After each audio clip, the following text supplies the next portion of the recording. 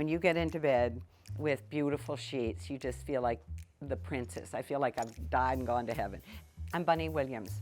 I'm in my apartment in New York City with my partner, Elizabeth Lawrence. And we are so excited to have you follow us along as we teach you how to make the perfect bunny bed.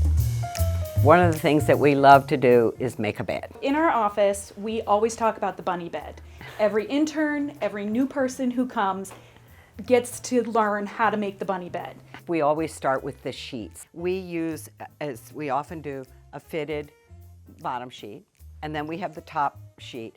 I happen to love cotton percale sheets. I like what's called a deep turn down.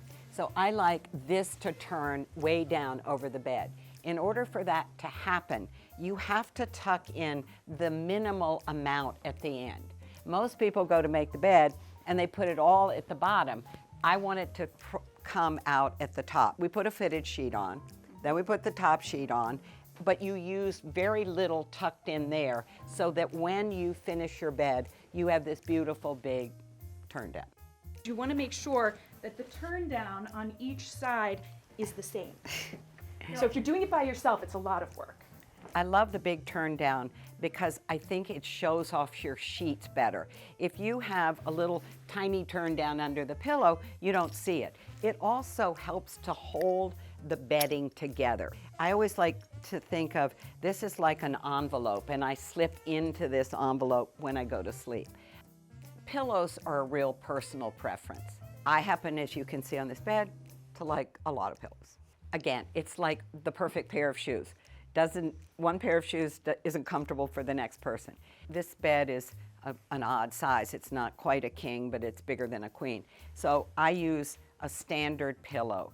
And I was always taught that the bunny bed, you stack these two pillows on top of each other like this, and then the Euro sits up nice and tall and straight in front, and the boudoir in front.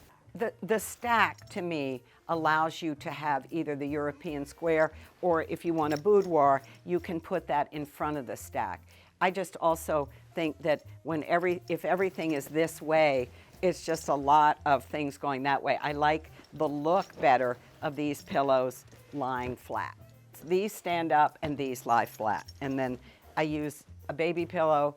I actually use it to go under my neck. It helps to support my neck so I don't get a stiff neck, so these have a function. So when you're buying your first set of bedding, I think it's really important that you buy a good set of sheets, something with a decent thread count that feels good to you.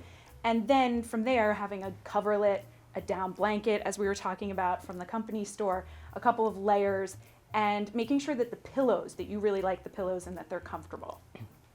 I do think you can mix and match sheets. This is a set. I don't think that's absolutely necessary. I think you want to stay in the same color. So I used to have a lot of beautiful antique linens. Like I would have old Euro shams that I would use with my percale sheets. They've sort of worn out and I haven't been replenishing them because the old linens are harder to take care of. But I don't mind that at all. But I think they should all be a color. It should be white, and you can have different textures. There's some things I really don't understand in beds. I'll see a picture where they've got pattern sheets, a pattern cover, a pattern whatever, and I think I would have such nightmares sleeping in that bed. I think that you want to think of a little bit of calmness. So even if you have pattern sheets, this should not be patterned.